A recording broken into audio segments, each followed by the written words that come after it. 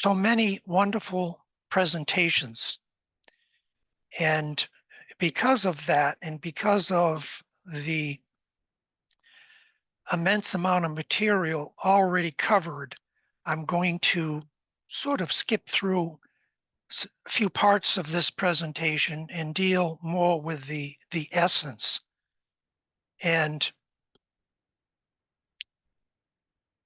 as I outlined yesterday,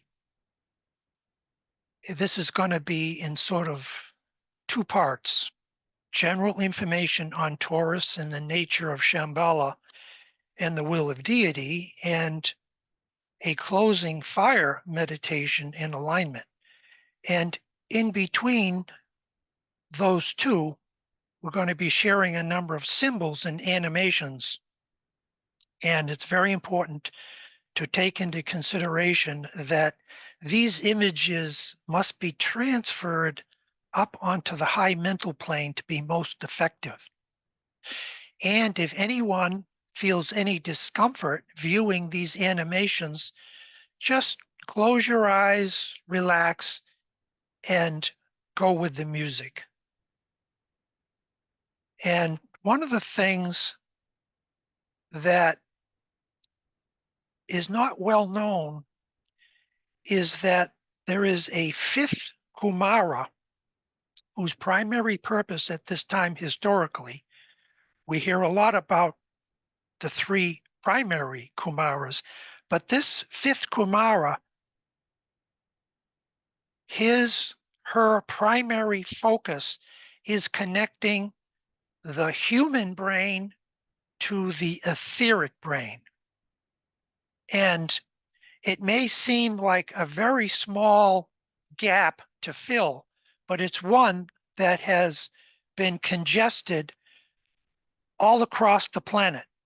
So in other words, if you have high spiritual energy pouring down through the soul, the mental plane, the astral, when it hits the etheric, it will stop there unless there is a bridge built between the etheric and the physical brain.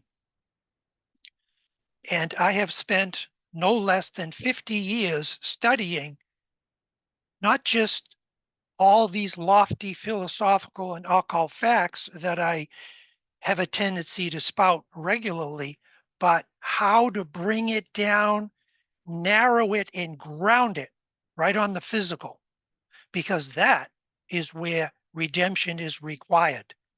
This is where humanity is trapped.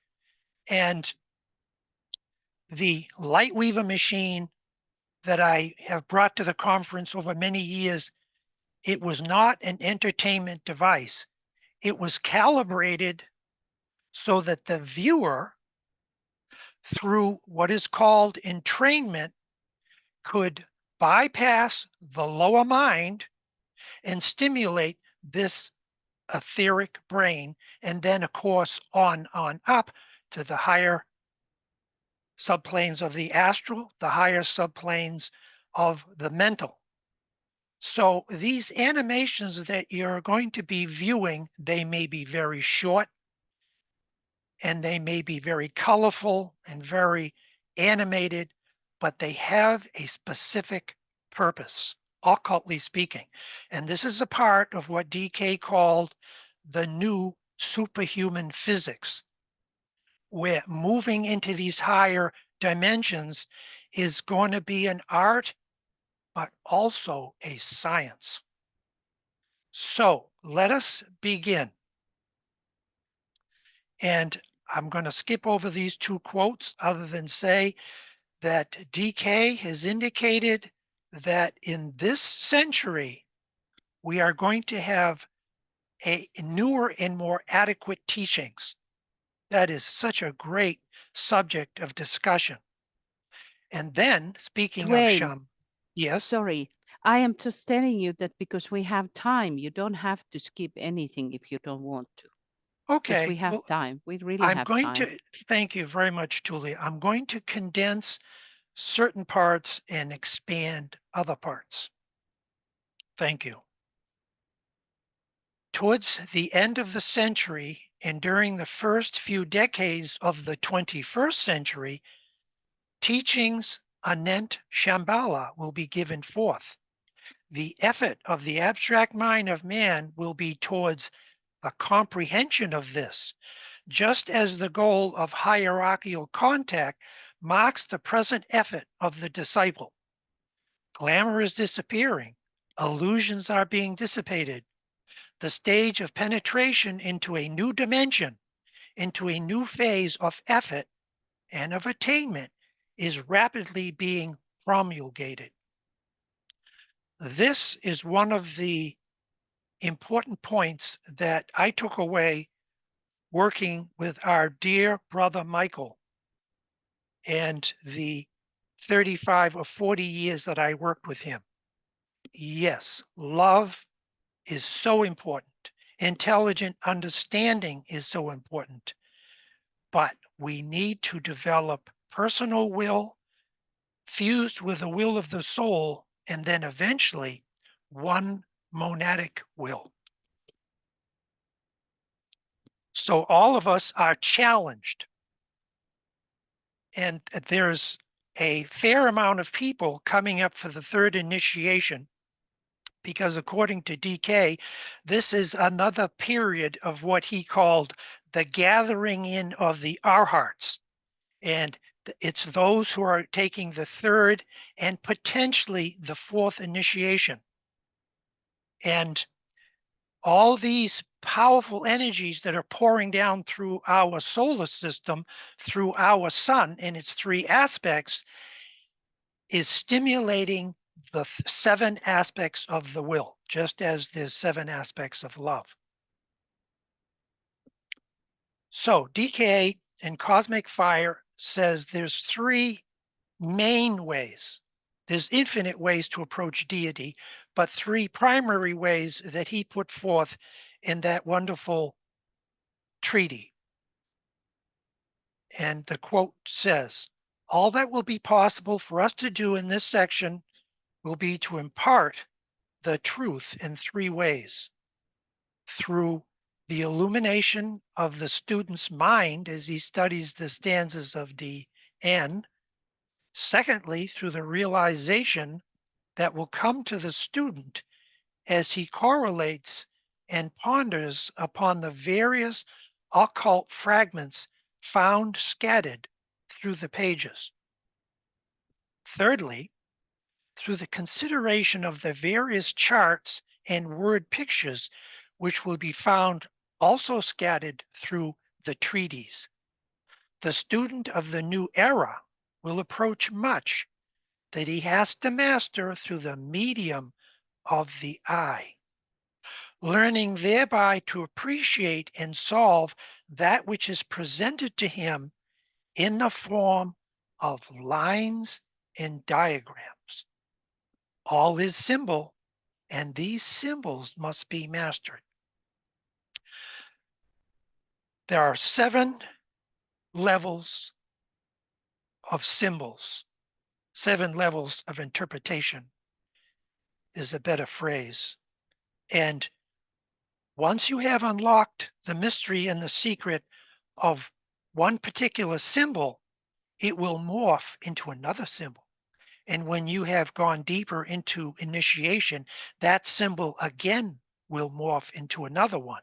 And yet they're all connected. Okay, excellent. We know that Taurus expresses ray 1 and 4 primarily, but ray 2 is very strong there also because it has a hierarchical connection on a very austere level.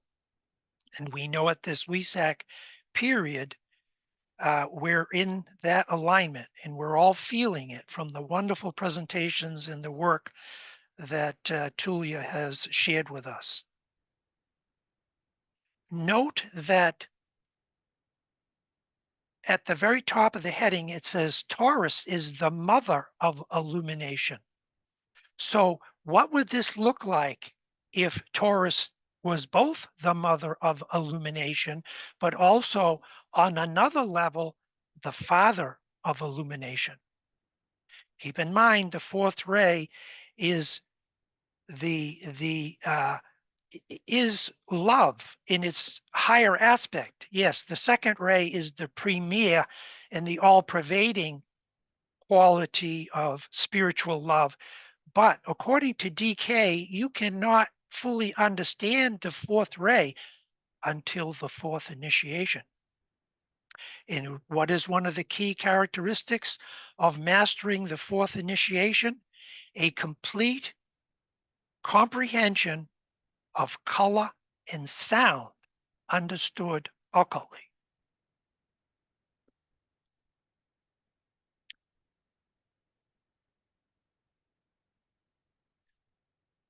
This is a wonderful quote by the Tibetan, and I have no doubt rendered it inadequately, but it gives you a sense that yes, Shamballa, the will of deity, is a very, very austere and abstract point that many will argue, and Michael and I have gone around on this many times, is formless. Yet, the first ray has 7 subplanes. And so as you come down the subplanes, Shamballa, the will of deity, is grounded in more material forms. If you look at this all-seeing eye of Shamballa, you'll see the colors of the 7 rays like a giant eye. The red is first ray, where the monad is pouring in. Then you have a ring of blue, a ring of green. Then you have ray 4, yellow, ray 5, fiery orange, ray 6, rose, ray 7, the violet rose. If you look at that closely, you'll see that midway down, you're beginning to see the formation of triangles. This is a very powerful symbol to see where the abstract streams and vortices, or what DK calls funnels of these rivers of light and energy, begin to crystallize. And then you come right down, and then they ground themselves on the 7th ray or into the physical plane. Hence, the bottom of the eye begins to fade off into pure darkness.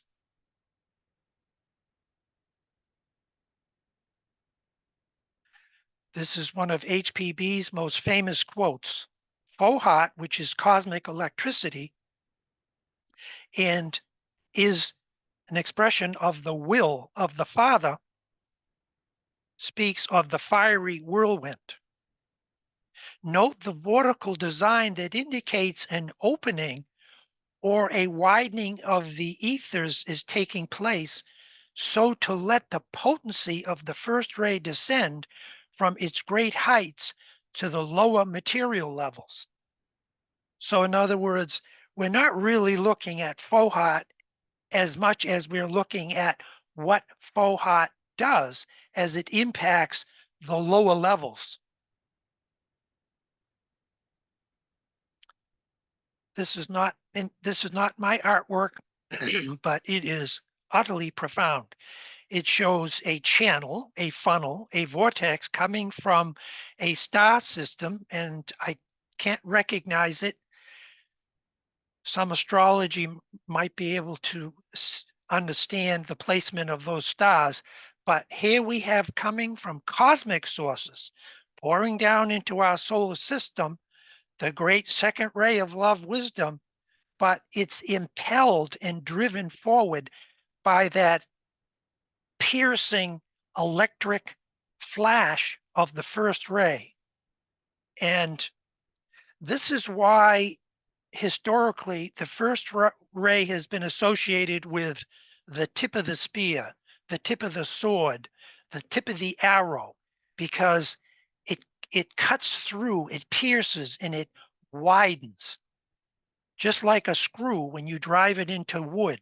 Why is it so effective? How can such a little piece of metal shred and drive away the hardest wood?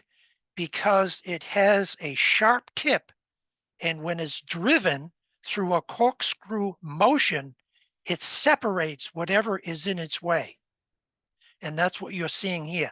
And these circular concentric patterns are a perfect example of what DK calls the ring pass knot. Every one of these little bifurcations or circular eddies is like an initiation. And you can only go to the next level when you have perforated or rendered impotent or destroyed the ring pass knot that's holding you in place. It will not let you go beyond that until you find a technique to penetrate the obstruction, like the screw, into the wood. And so each one of those rings is a ring pass knot. And at the same time, it's ringing. This is a trumpet. And we're going to pick that up in a few slides. So you have vibration, you have color, you have sound implemented and driven by the power of will.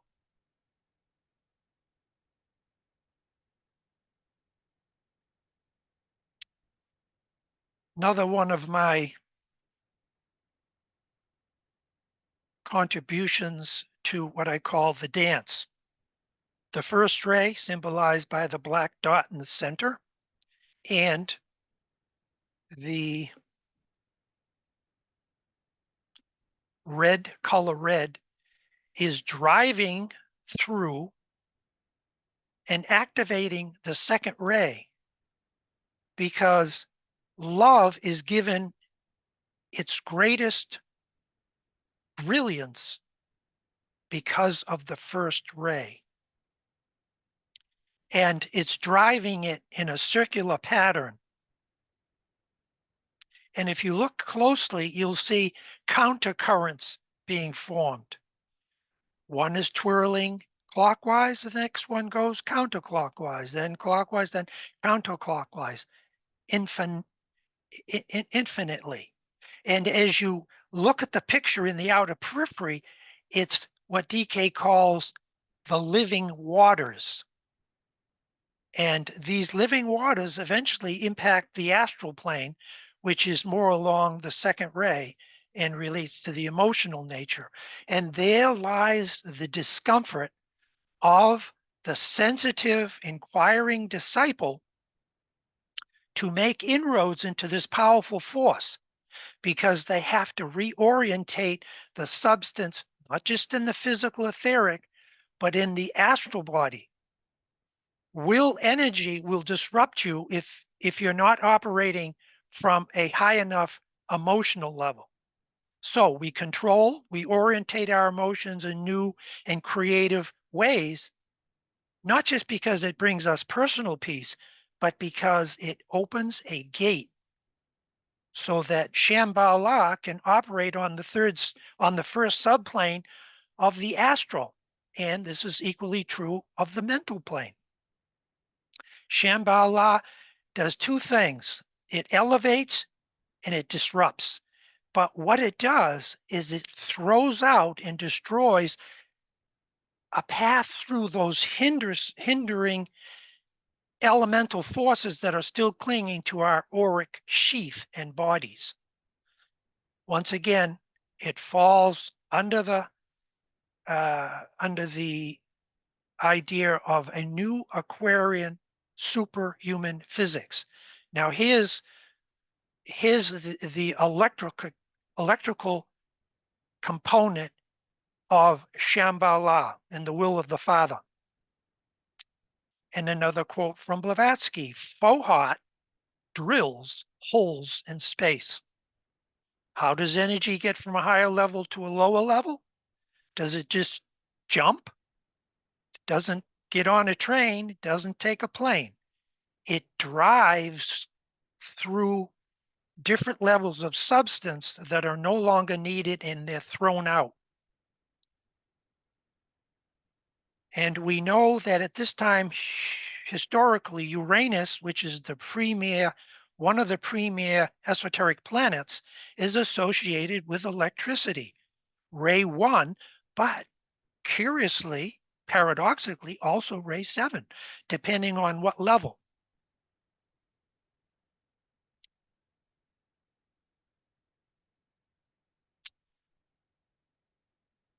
So, stepping this down onto a more microcosmic level, DK confirms the importance in the idea of the spiritual vortex or funnel in this particular quote.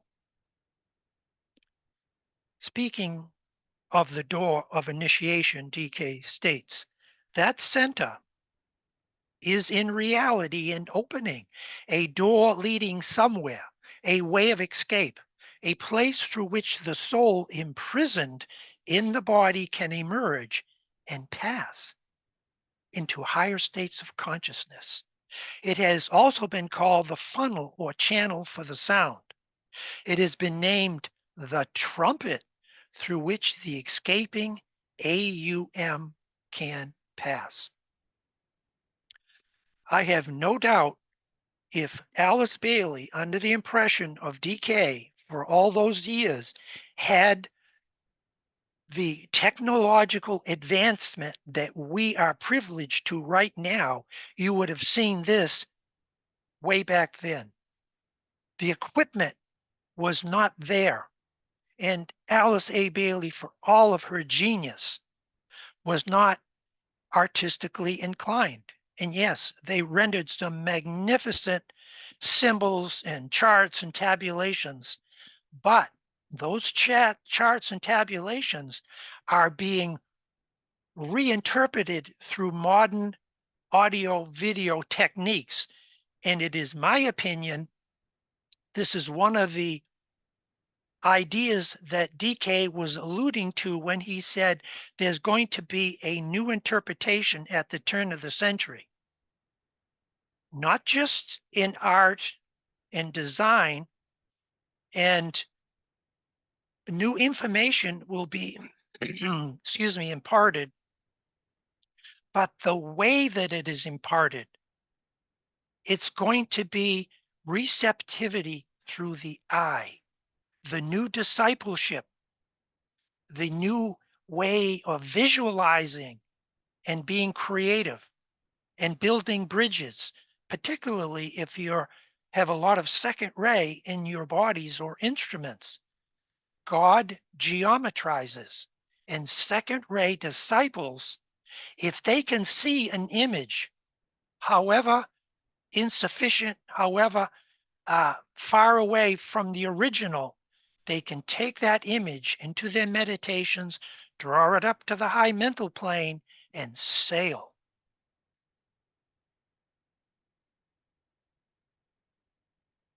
Now, here's another one that I've rendered, and this, in my opinion, is an approximation of what I would call the tree of life. And the tree of life has a long history, and you have to apologize because I'm going to oversimplify here.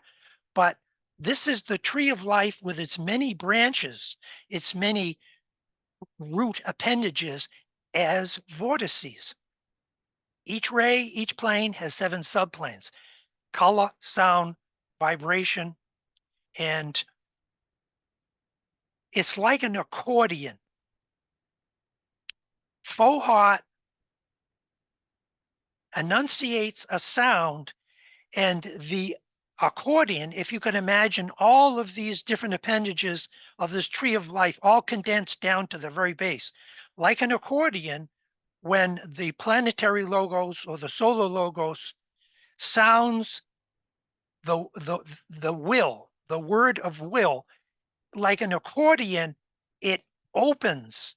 And as it opens, you hear all these multiplicity of different levels of sound, each built upon the other, and each following a certain sequence.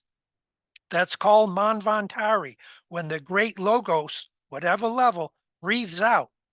Now, when Pralaya, that's Pralaya, breathes out, that's Manvantari. And then when Pralaya comes back again, he, she, it, whatever you conceive the absolute to be, contracts back upon itself, and that huge cosmic accordion goes back to that one point of Fohat, symbolized by that small dot.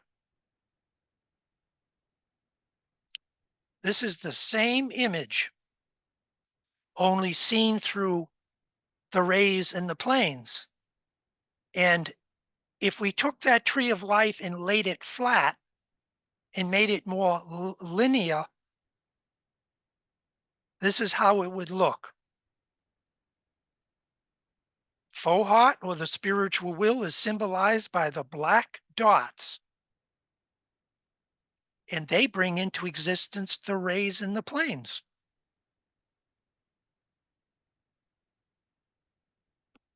And as I mentioned previously, this is a wonderful diagram of the science of triangles, because every ray has 7 subrays. And when you see them fanned out like this, you can see the polarity and how they work as a composite, how they work together as to create something greater. All initiation is built on linking triangles. And if you know where you are on the path, and I'm not talking about some morbid preoccupation of our status on the path of initiation, but impersonally, if we know where we are, what triangles we're working with, we will know what the next step is. We will know what devas we're working with, what devas are trying to move through our different sheaths in our chakra system, and assist in that by sending out those calls or cries that invoke those groups of angels and devas. This is one of the keynotes of actually the reappearance of the Christ, bringing into incarnation on a planetary level the saving forces of the devas and the angels, whose whole purpose is to heal. But men, because of their lack of knowledge and understanding, they drive them away with their harsh behavior, with their lack of sensitivity, and their inability to ground these high elevated states.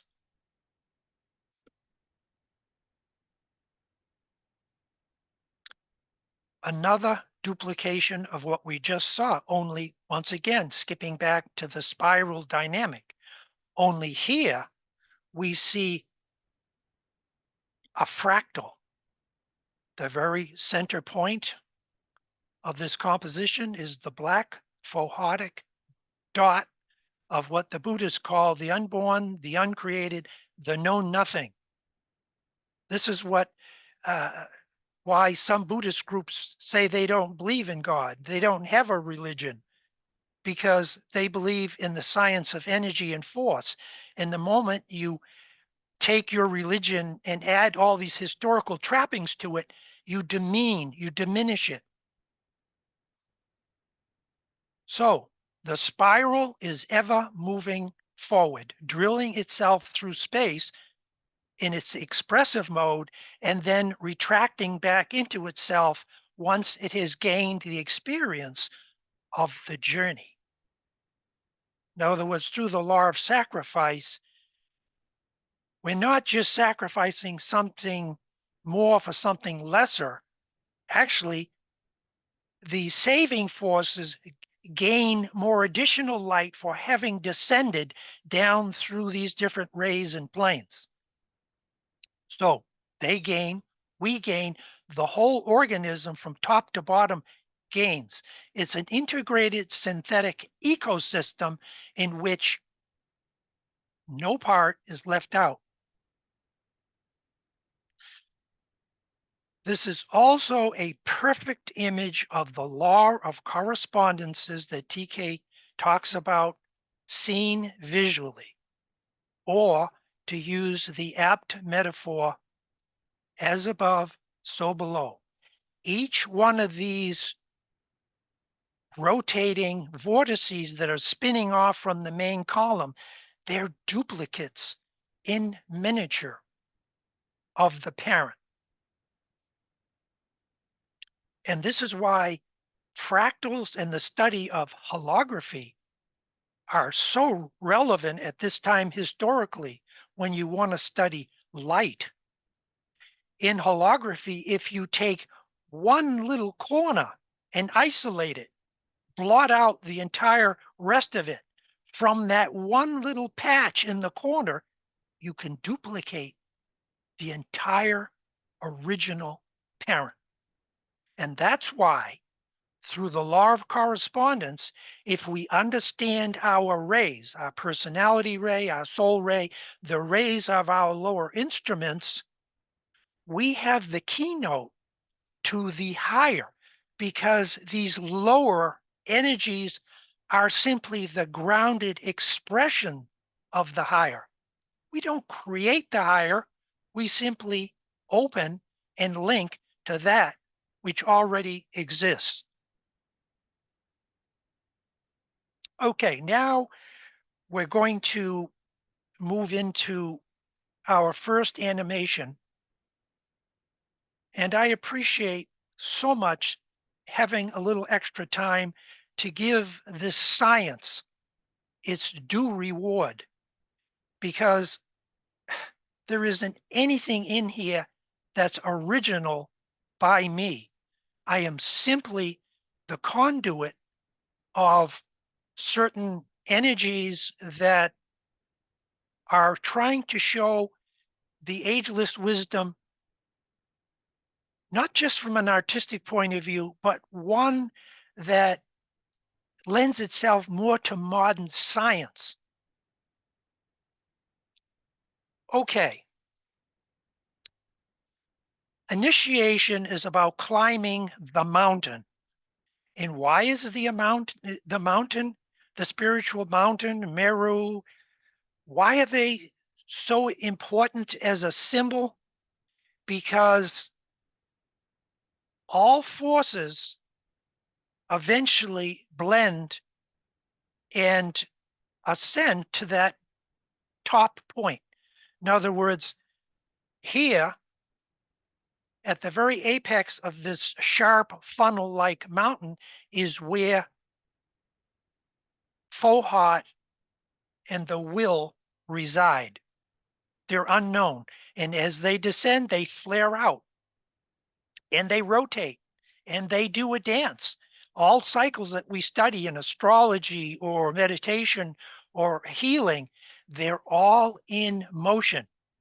And DK has stated the most esoteric revelation that you will have as a disciple is all is energy, and these energies are in motion.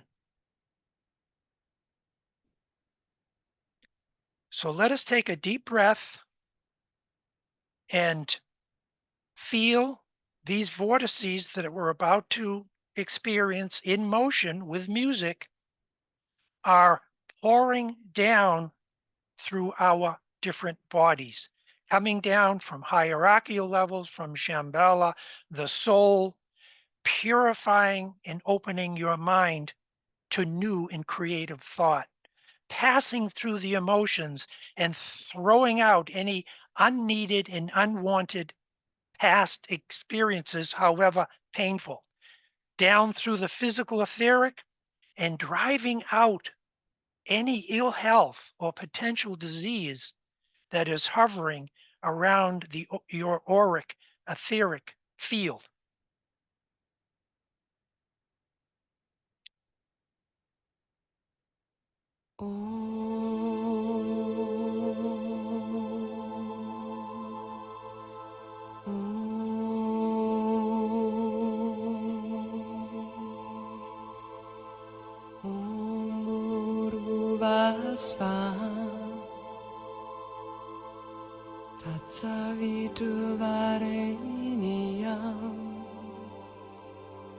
Bargo devasya mai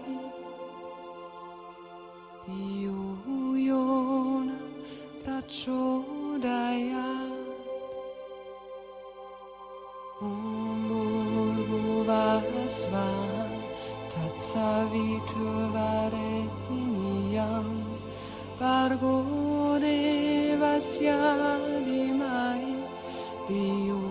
Yuna prachodaya Bhuvasva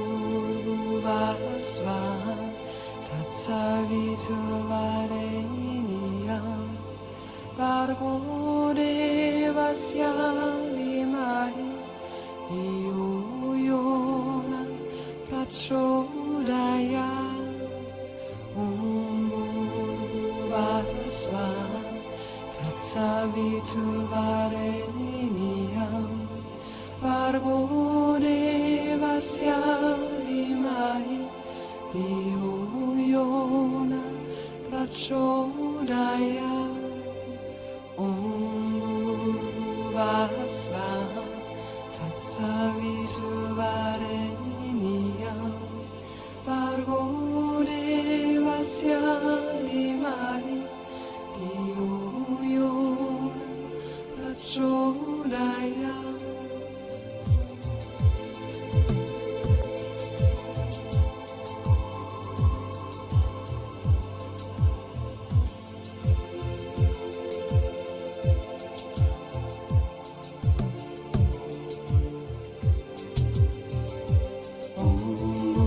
Bhuvasva tatsaviturvareniyam Bargo devasya mai Yuna prachodaya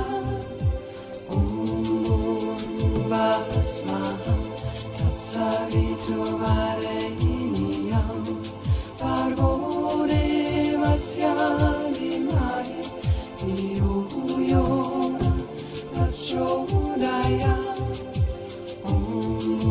Bhuvasva tatsaviturvareniyam Bargo devasya mai Yuna prachodaya Bhuvasva tatsaviturvareniyam Bargo devasya mai Yuna prachodaya Bhuvasva tatsaviturvareniyam Bargo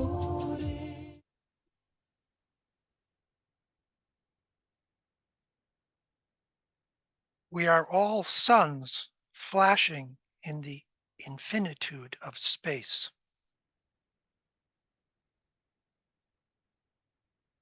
DK has indicated that occultly, when two or more energies meet or cross over each other, a flash of light is created, and this is what initiation is. And the reason why, in our humble estate, we need to attempt to understand the nature of these higher forces, because that's what attracts them.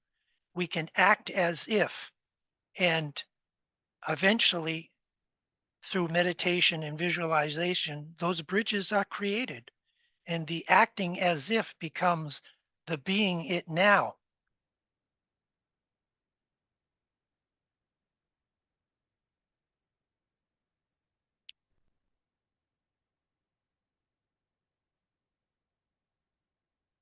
Is the same tree of life, only seen spherically. And this is also esoterically considered a way to look at the point within the circle, which has many facets. But it all basically comes down to the 7 rays. They can be planetary, personal, solar, cosmic, but the 7 duplicates itself going up and down scales that are infinite. So when you're listening to the sound of the soul on its own plane, and that's what the OM is. The soul, the divine Jiva, is in a state of ecstasy, overshadowed by the will, and expresses high active intelligence. And when each of us are ready, the trumpet, the funnel, the alignment will sound forth irresistibly.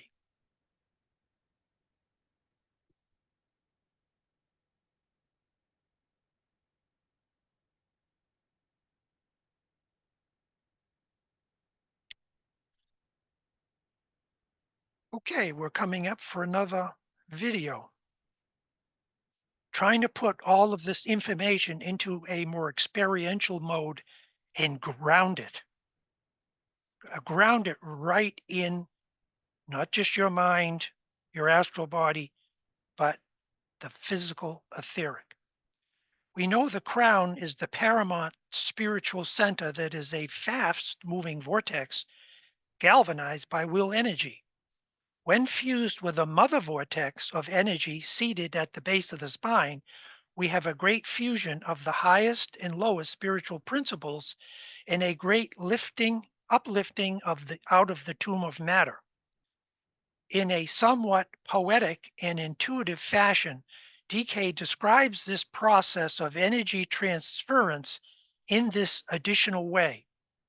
Fohat rushes through space. He searcheth for his complement, the breath of the unmoving one, and the fire of the one who seeketh the whole from the beginning rush to meet each other, and the unmoving becomes the sphere of activity. So here we have a sphere with a dual vortex. The masculine vortex at the top, or what we might call the northern point, is where the energy pours down from another vortex on a higher level or another sphere, circulates through the entire system, and then it exits through the mother or the aspect vortex, and then it goes back to the top, circulates, having gone through the process of involution and then evolution.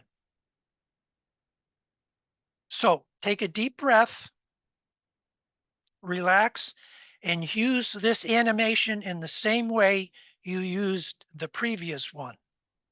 Let it wash over you. Let it feel into it, and let that higher mind open to all those causal forces that are just waiting for your invocation.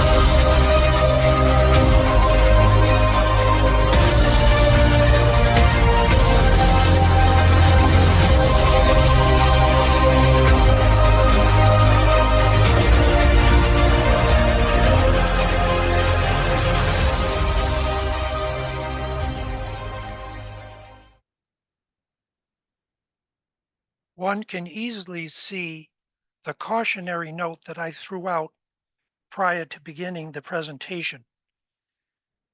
These images are hierarchical, and some of them I don't know the original origin. Some I have simply adapted for presentations like this. You'll note that I used different music.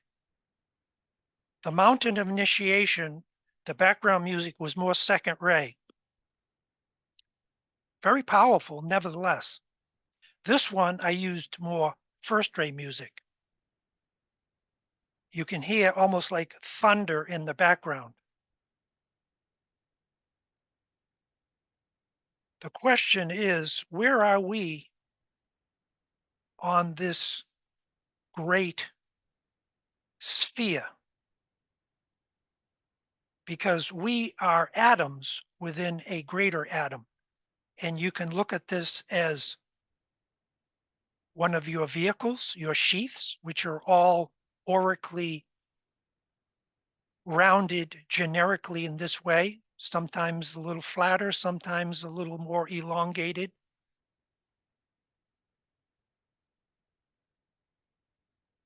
To know what the step is an old Buddhist adage.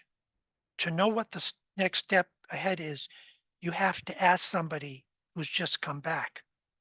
And this is why the teachings of the Buddha that Tulya and others have so beautifully depicted and eloquently shared are so important, because they are the path till we become the path. And then we realize, as Rumi shouted to the bewilderment of crowds back in his Persian days, I am God, I am God. He was dismissed as a crank and a malcontent and upsetting all the historical and religious traditions. But that, within oneself, is the ultimate goal, to merge with the Godhead in one's higher principles and know that you are God.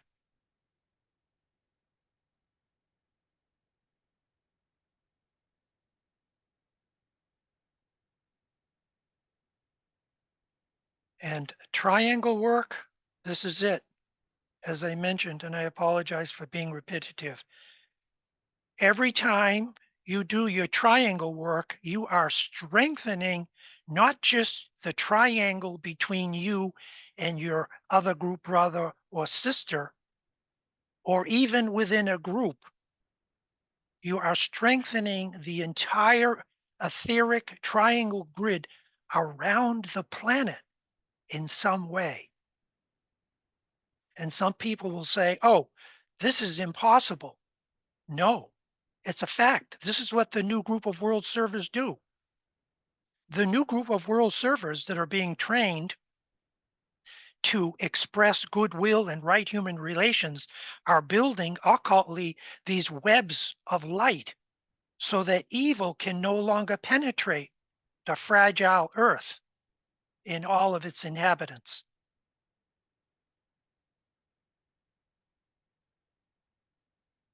So stay strong, continue with your triangle work, and it will give far more than it takes.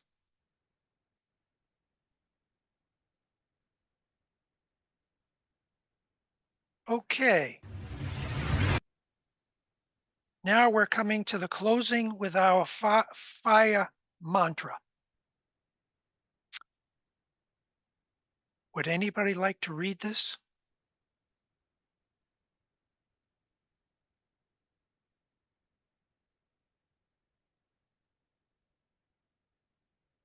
Okay. I've got it, Duane. Thank you, Michael. I would ask you, as far as you possibly can, to insulate yourself from fear and from the effect of the world situation and its allied problems. The future for you is planned. and you can take the right steps through the power of your illumined mind. I would ask you to carry forward this insulation along the line of love, using the ancient method which has been called, quote, the wheel of living fire, which burns not, but ever heals, unquote. This method is occult and safe and constitutes no barrier to relationships, as does the building of a separative wall. The method is as follows.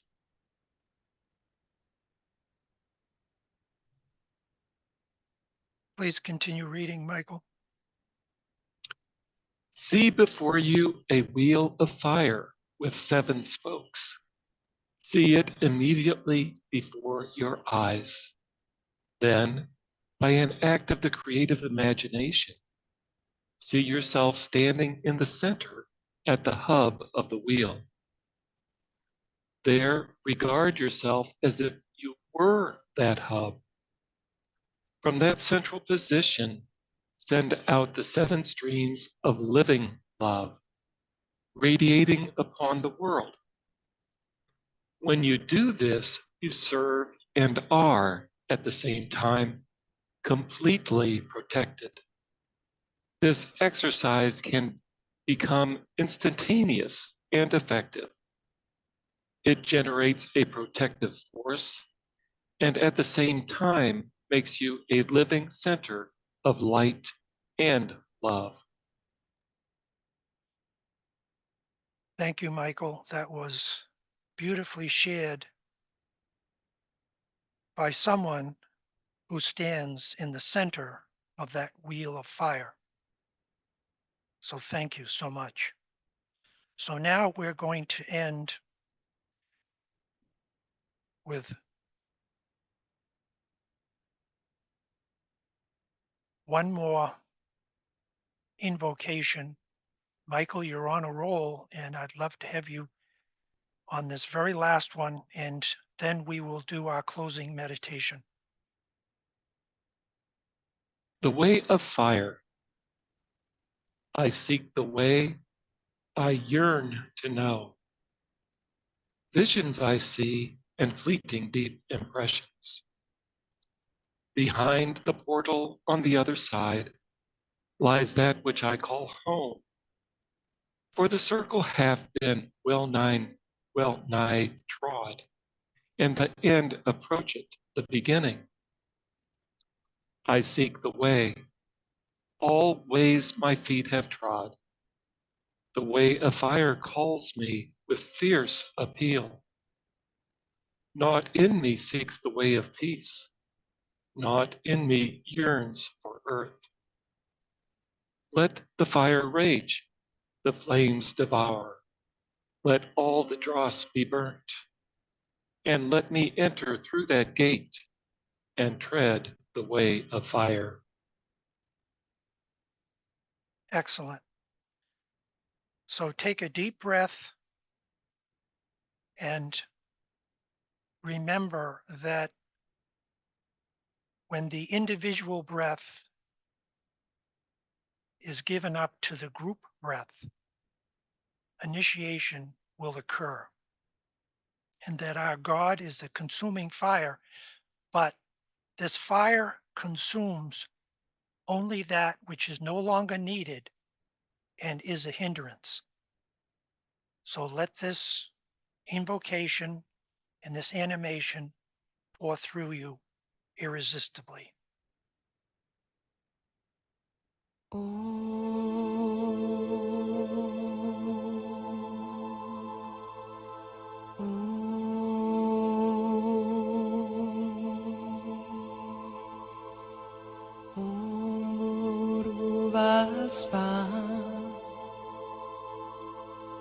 Tatsaviturvareniam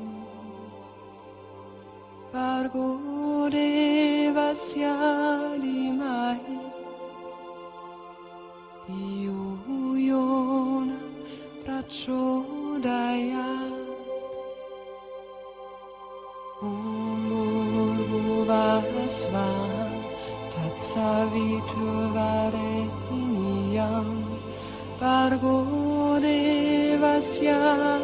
mai Diuyona Prachodaya Om Bhurvasva Tatsaviturvarenyam Bhargo Devasya Dhimai Dhiyo Yona Prachodayat Om Bhurvasva Tatsaviturvarenyam Bhargo Devasya Dhimai Dhiyo Yona Prachodayat Om Bhurvasva Tatsaviturvarenyam Bhargo Devasya Dhimai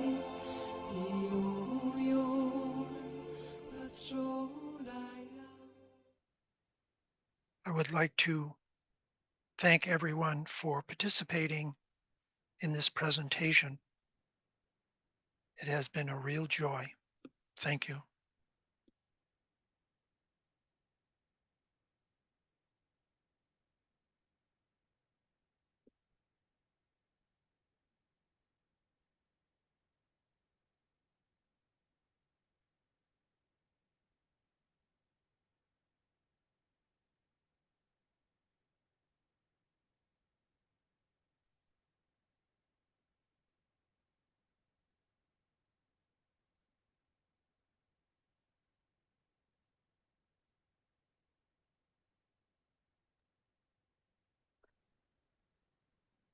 So thank you, dearest Duane. It was wonderful. I'm not seeing anything. I have to put my glasses. So now we would have time to discuss. It's only 20 past.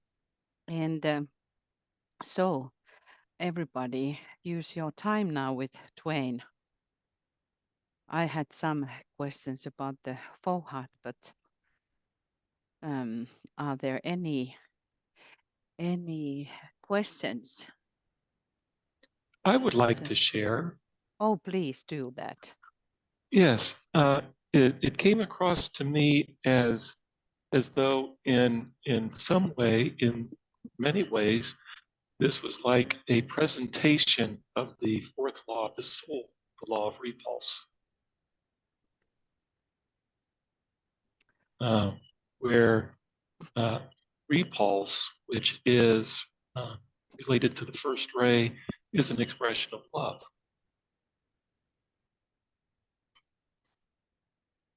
And Excellent, Michael. you know, where form natures are governed by desire, a basic urge or attraction of the self or soul. This attraction is variously called sex, a wish life, longings, and that kind of thing. And for humanity, desire rules the physical, emotional, and mental natures. It's seen in the urge for self-preservation, reproduction, a desire to be loved, for intellectual stimulation, searching for truth, a religious fervor for heaven, and even a longing for identification with source, God, whatever you want to call that one life. All is being done to meet the need of the moment or to escape from undesirable environmental conditions. Desire controls every stage of evolutionary progress, whether it is the physical, the mental, the emotional, the psychic, spiritual, or beyond. I found that the word repulse generally has a negative connotation, unpleasant, but this law really indicates simply an attitude towards that which is not desirable.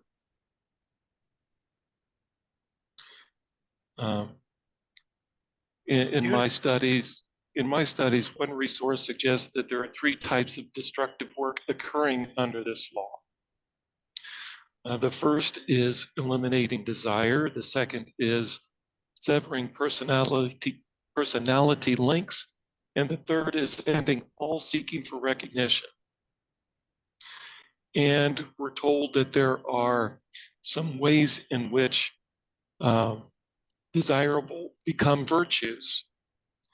And these virtues are decentralization, discipline, discrimination, and dispassion. And through these virtues, the illusion of the little self, the personality, becomes known. And all that impedes unity with the higher self, the soul, is removed. And so we have the freedom of choice, and that freedom of choice underlies many religions. So I just wanted to kind of share some of those things. Beautiful outline. Thank you so much, Michael. And I saw that within this presentation. Excellent. Anyone else like to share or have a question, or just how the general overall experience was? So there is Asha's hand up, and then there was another question by Ishtar. So what about Asha, if you want to continue, and could Michael Stacy then read the question after this, after Asha? Thank you. Can you hear me? We can. Oh, my comment is much simpler than what Michael said. When the animations came on, I found myself like really like, I don't know how to say it, tired or sleepy. And I don't know if you had said in the beginning that try to get into the higher mental planes, and if you can't, just, but I was like focusing and trying to be present, but I felt a real desire I don't know quite what happened. Well, there's a And then paradox. then I came back. It was like this deep rest almost. And then I came back and always shook myself out of it. Happened a couple of times. Does that mean I'm not able to get into the higher mental things and I still have to work on that? I would say absolutely not. In fact, here's the paradox. When somebody tells you that you're going to go somewhere or do something, your own process is going to take over. What you need, you're going to get directly. And we have to remember that we're trying to go beyond the lower mind. And not that we want to destroy it. We always want to have our mind there, but we want to put it into abeyance. And you're sort of kicking back and just letting it wash over you was exactly what you needed. Maybe it was more relaxing, and it didn't activate your mind, because the higher subplanes of the mental are not filled with thought forms. They are filled with coursing energies. And so you did exactly what your soul instructed you to do. So, but thank you. Thank you. Thank you. I always find your presentations just so evocative. So thank you so much. And I'll read the question, but I wanted to add perhaps that if we think of the planes as not places, but states of matter, and that matter can be actually touched, but it cannot. But matter is also so. Absolutely, that's well shared. We're talking about energies and forces of which we know often very little. And the whole idea of using symbols is to take us potentially a little closer. But eventually you have to let go of the more material symbols, and that's what takes place on the higher mental levels and above. Thank you, Michael. Okay, any additional comments?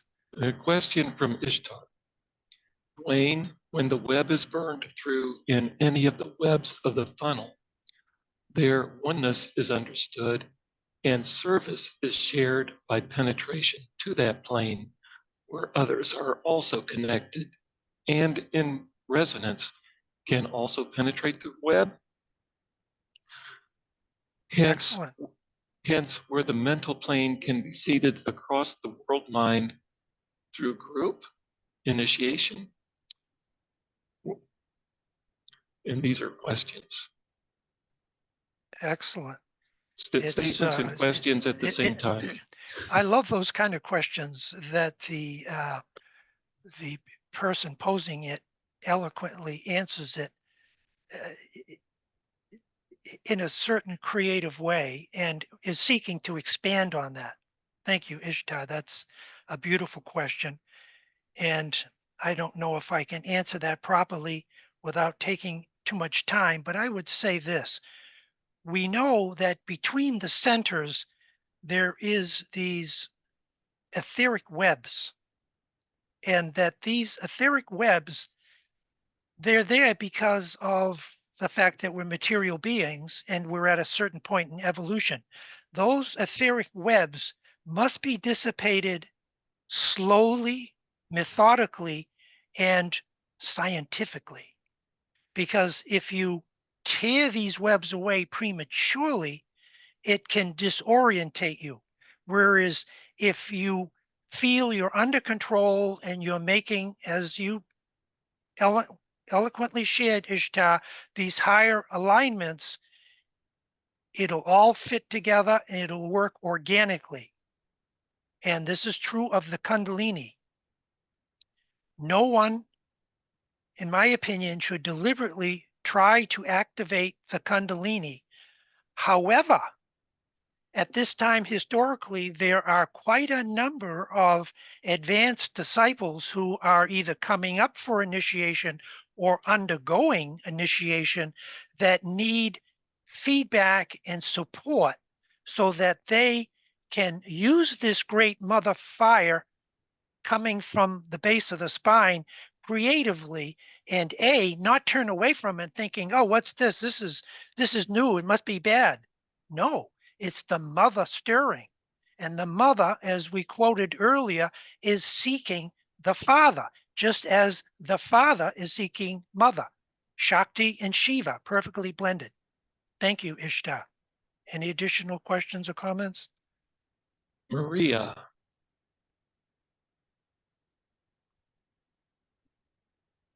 Hello, and thank you so much for the wonderful meditations and presentation. I put in the chat, so during the sessions, I have this insight related with the word freedom. So it came to my mind that we can split it in free the home. I'm not sure how it maybe related with the science of sound. If you can comment on that. According to the ageless wisdom shared by DK, we are all prisoners of the planet until the third initiation. And even then, we still have much progress to make. But each initiation gives us more sovereignty and freedom. Freedom over what? Freedom over the lower elemental life that has kept us down. And my experience with lower elemental life is they're not a bunch of baddies, a bunch of elemental mafia trying to screw up our lives at every turn. They are like a group of little children that have not had guidance, have not been able to see there's a bigger and better plan.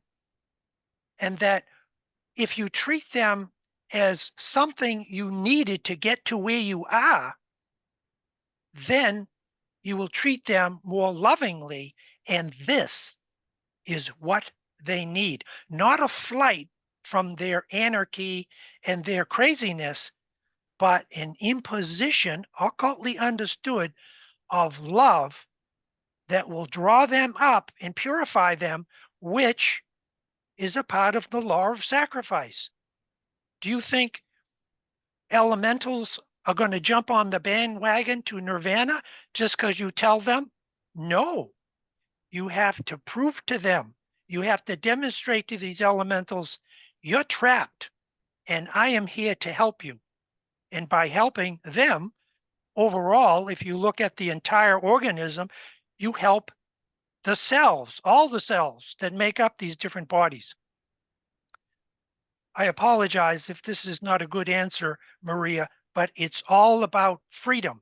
It's about stepping out of the old and into the new. And we have energies more powerful now than ever historical.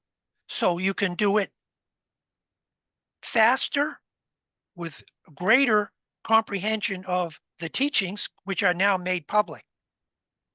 Thank you. Any additional comments? I am not seeing any yet. Rose hands up. Miss Rose? Yes, I just want to say, first off, my impressions of the WESAK this whole time during the WESAK, that especially at the moment of the WESAK, just this enormous, powerful feeling of blessing, just like the whole earth just being blessed, blessed, blessed. And in addition, with this quality of joy and intention. It's hard to articulate the intention part. I don't know what other word to use. And I'm really appreciative also of the whole ceremony and everything that was put on with Julia and the group. It was very evocative. It was very really set the tone and that receptivity and really that container for invoking and being receptive for these very powerful blessing energies. And with what you're presenting, Duane, this will, it is so abstract. It's always been something when I think about it, I find hard to find words for, to articulate, what is the will and how do you see the will and manifestation. So when you're taking something that is so abstract and trying to put it into words, but yet symbols and animation, I have really been expanded in, throughout the years in my understanding and the synthesis of these very abstract concepts through your work. So I want to just extend that appreciation. Well, thank you, Rose. I also want to comment on Tulia's wonderful presentation. I spent 2 years in Glendale, California, and Glenda Christian, who was my partner, and we worked in the University of the Seven Rays and the PhD program. There was a lot of entertainment people that I met. And one of the things that I took away from that 2 years is that if you participate in a meditation, some type of watch like a movie, people are so professional. You look at it and you think, wow, that is just so organic and so natural.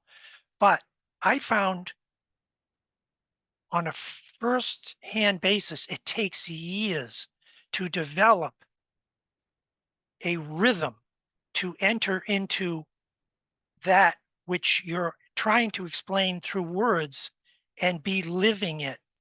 And Tulia has mastered that. and she sat in the center of light and flawlessly performed a magnificent invocation, WESAK meditation, and it was just flawless. And I have lots of Virgo. So I wanted to thank Tulia and all of the other tireless workers that have made these presentations available for all of us. It is a gift from Shamballa, a gift from Christ, a gift from heaven, and they are looking for more people to work through. So thank you. Yeah, Catherine has her hand raised, but before we get to Catherine, Greg has written a couple of things. We are meant to work with the devas. One example well known is the unlocking of the atom.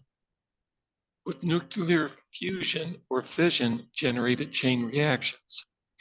In this sense, I believe we are at some level working pretty directly as a planetary whole with the Agnishaitans.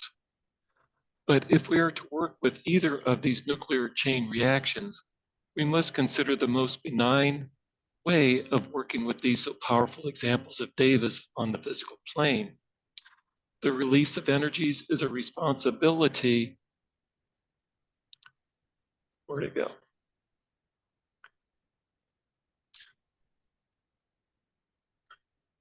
Release of responsibility for all members of collective humanity and the new group of world servers we are working with in this beautiful conference. Excellent. It's so true. The consciousness of the atom by AAB never ceases to amaze me that she really got it at that time historically about where science was and where it was shortly to go. The idea that in every tiny atom is tremendous power. And yes, we have seen it historically, unfortunately, used undesirably, but it can also be used in so many creative ways. And that's the physical atoms. What are we to say about the astral permanent atom or the mental permanent atom? Because they have infinitely greater and more powerful forms of energy. And this is why those who are soul aware are usually, not always, but usually very dynamic. They do all kinds of things that the average person would shy away from because it would require so much energy. And these atoms are not something that we deliberately attempt to access, but as we grow and mature, those energies are rhythmically released, just like the Kundalini. You don't have to focus on it. All you have to do is do your service, do your meditation, your alignments, and these psychic powers is really what they are, will emerge naturally. And that is so important because Atlantis went down because of a number of not too cool people using these psychic powers for their selfish personal use, whereas now during the age of Aquarius, these psychic powers are again going to emerge on a higher turn of the spiral, but be used for healing and for group integration and sharing. And that's actually what we're doing right now to a degree in these conversations. Thank you. And now we have Catherine. Yes, Catherine. Good morning or good afternoon, wherever everyone is. Duane, thank you so much for what you offered today. It's a subject of endless fascination, but I wanted to speak to this theme that you touched upon earlier, I believe with Morya, but I wasn't paying attention to names. I just wanted to relate a small example of how elementals can be requalified through the healing process. And this was something that I was not at all aware of until I moved to California and went through some changes.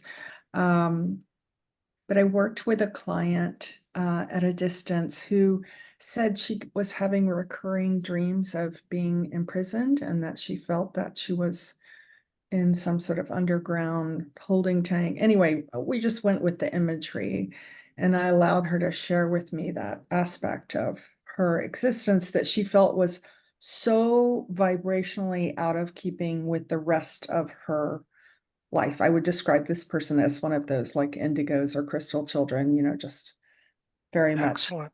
of a new wave. But anyway, the point is, at a certain point in her integration process, when we introduced the streams of love light to flow into that prison situation that she was preoccupied with, and we brought the love in and kind of just opened the door. But before we did that, we explored, like, what was the sense of culpability? Why did she feel imprisoned? Was there responsibility there? And we explored those themes. But the reason I share this little narrative is because it was like a whole vortex of her existence was entangled in that painful and seemingly unwanted aspect of her being. And what it became an amazing transition, because as she integrated again that sense of being the misfit, I don't know what she was in prison for, I don't remember, but the point is, as she healed that aspect and it began to vibrationally return to her, and she welcomed that with loving arms, it untangled some aspect. It was almost like it was caught in there, and that thread of love light, I could perceive with my other senses, returned to a distant galaxy. And I was led to understand that part of our quote unquote return, that we go through these initiations, also involves kind of reintegrating with our cosmic fabric. And I was a living witness to this like absolute instant return to whatever dimensional cosmic home there was for her. I could tell you today what the direction was, but I have no idea what the planetary system was. Anyway, I was led to understand that it was like an elemental prison, in a way, and that has increased sensitivity in certain ways to the way the order drives out the chaos or renders it forth. So anyway, I kind of wanted to Excellent. with the group. Excellent. It's interesting right now, historically, we are told of the three primary constellations, which is the Great Bear, Sirius, and the Pleiades. But there are other constellations, and DK does speak about Draco, and Draco is cosmic Kundalini that is impacting our sun, passing through and impacting the different planets. And two things happen when it's a seventh ray energy, Draco, seventh ray, one of the cosmic paths. When it impacts our planet and humanity, it does one of two things. One, it overstimulates the lower seventh ray centers, which are the base of the spine, which is self-will, and the sacral center, which is sex, amongst other things. And I'm just generalizing here. And it will overstimulate them. and according to DK, has been one of the causes of the riotous behavior of sexuality at this time historically, because then he goes on to say that this same energy is exactly what those who are undergoing initiation need to get to the next higher level. And so this seventh ray energy, it impacts the base of the spine, as I was sharing earlier, and it stimulates the great mother to seek its consort, the great father. And this whole presentation was about fusion, synthesis, coming together of opposites or even similarities to make something bigger, brighter, bolder. And that, Catherine, was a magnificent demonstration in a practical way of how people, through elemental essence, lose their freedom, whether it's imagined, whether it's karma, or coming from some outer constellation. When the heart is open, we have the power to dissolve it. And keep in mind that one of the keynotes of the reappearance of the Christ is to bring in these Davic and angelic beings, and they are the ones with their higher radiatory essence either transmutate, replace, or in some cases drive out these lower elementals and replace the astral body and the sacral center and the base of the spine with higher subatomic energy. So thank you. Excellent, Catherine. Okay, additionally, any more comments? Yes, there are some more. Ishtar added, DK mentions humanity learned to master the devas of fire and put them out without water. This I intuitively feel is through full control of the lower mind, being part of the levels of Agni.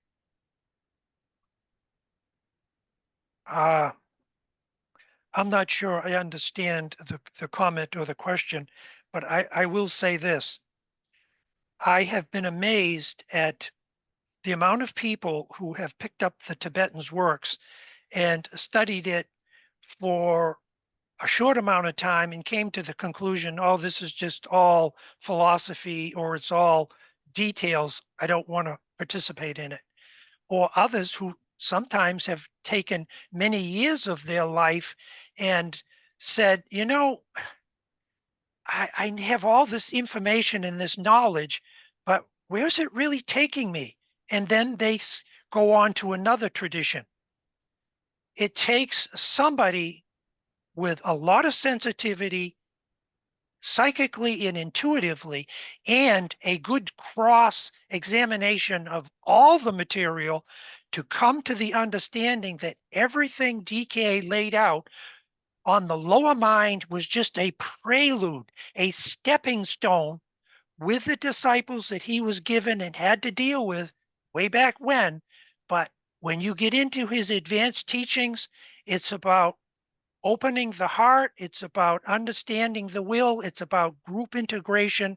And when you study the formulas in the Dina books, you will find the next level for integrating groups as we go into the age of Aquarius. And he's not the only one, but he's one of the better known ones that has made this whole thing more scientific and has refused to inundate the student with all this historical baggage and stuff that is not science. It's just where you were born.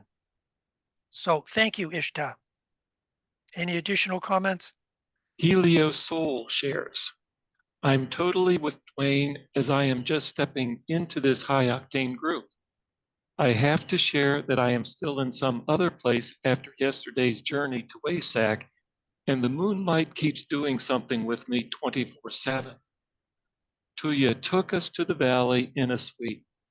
I am like in the emotional laundry. Stuff is leaving my field not without cramps and cranks, but it is zooming out so fast now, like never before. Helios, you are a scientist and a poet. And that was beautifully shared. We're all still reeling under the impact of that WESAK meditation.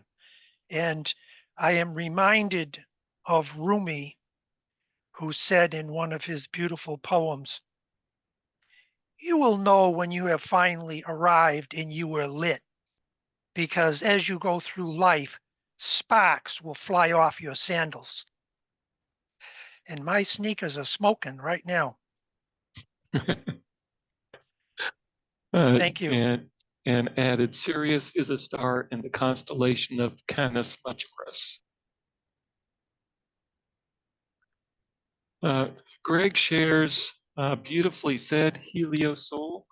Like the tapping of these great energies of nuclear fusion, we are truly tapping into such great benign energies of Shamballa, hierarchy at the heart of the sun, and humanity at the throat center of this third aspect of fiery energies, as described in Treatise on Cosmic Fire by the Tibet.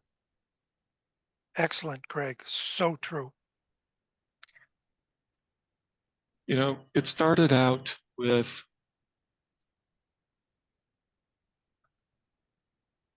going back to the beginning. Julia, I wanted you to be sure to leave some time for any wrap-ups, because you can see we could go on here infinitely. And I really appreciate the space, the dedication, the presence. Thank you. Thank you. You can go a few minutes still. I am just trying to find yesterday's list of the group. So it's good that you're talking for a while, because I had already available, but it was a wrong list. So yes, Thank use a you. little bit time. Thank you. So Okay, Duane, Mike, how about we ahead. talk about space? Drills through space. And what is space? We know that science has put a boundary on our universe of 13.8 billion light years, but that's a boundary within space itself. So we might consider space as being boundless and immutable. My lovely wife told me about a meditation where she went out into space and she asked, is there life out there? And the response was like a cosmic belly laugh that, my poor child, space is alive and is life itself. Beautiful.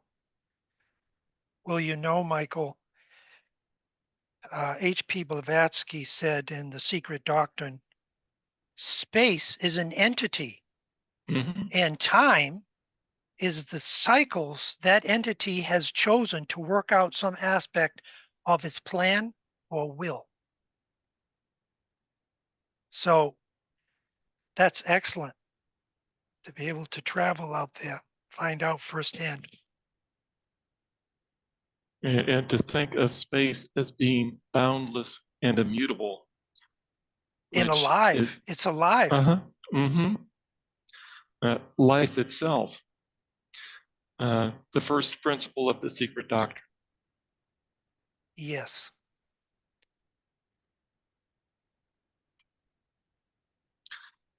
And Heliosoul writes, space-time continuum is currently a scientific definition of space, but I think the time component is unknown yet.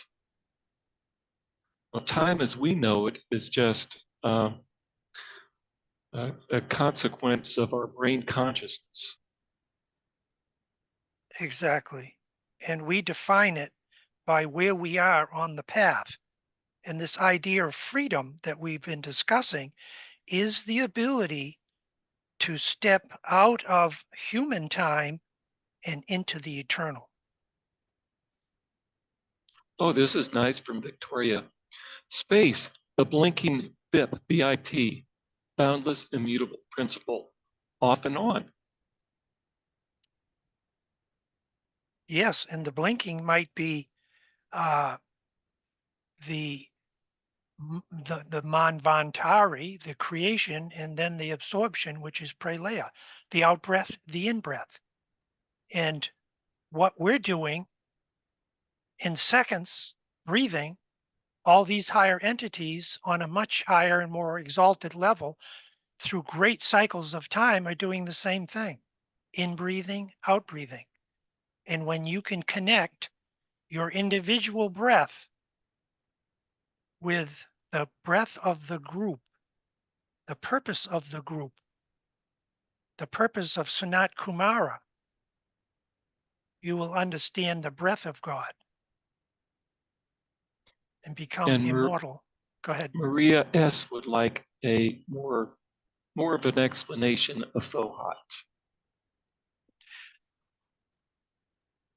Well, how do you explain the inexplicable, the unexplainable, the unknown?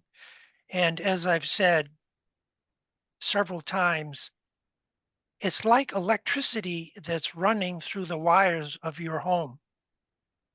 Have you ever seen electricity? Now, some people will say, yeah, I see electricity when I watch a thunderstorm. Yeah, I've seen electricity when I rewired my wife's toaster oven incorrectly. But that is not actually seeing electricity. That is seeing the result of electricity illuminating the surrounding atmosphere or air. So you ask a question, Maria, that I can only allude to. I can tell you reams of information about how it has affected my life and how working with Michael Robbins, his powerful Aries first ray Morya connection brought me into a different stream and rounded me out. And if it wasn't for his compassion and his patience, I wouldn't be here now pontificating on these different subjects. Would anyone else like to share what they think Fohat is? Well, Blavatsky gives a definition in the Theosophical Glossary, which just touches on it. But again, it's how do you explain the inexplicable? Yes. And Rose had her hand raised. Go ahead, Rose. I was going to make a comment about space, but before that, since we've now onto Fohat, the idea to me is I see Fohat as being like cosmic ideation or like cosmic thought. It's like it's like one of the invisible, I think in the theosophical definition is like cosmic electricity, but what is that? If cosmos is a being, it would be like some sort of etheric brain pattern or thought that then has the physical manifestations on the multiple levels that Duane was speaking about. And back to the conversation of space, it is such a provocative topic. I remember there was a quote, and I have yet to find it, I read one time in the library this book by Blavatsky. It was something to the effect that space is an entity, but she had another part to it, and time is the perception of the duration of that entity as it moves through or as it experiences consciousness, something like that. It was just profound, but I'm completely not doing it justice. But I see space potentially as being basically a thought form that is boundless. And it's very puzzling to me to hear scientists now say it has a boundary. So if you got to the edge of the boundary, well, then what is beyond that? Sort of like the Big Bang. Well, what was before the Big Bang? Or these concepts in this linear three-dimensional world do not hold up when you get into the quantum and the metaphysical world, because we're only seeing the reflection in the mirror and not the causation behind the reflection. It was Excellent. yeah, that's pretty. I had a different other thought, but that's all for now. Excellent. Thank you. Shared beautifully by an Aries.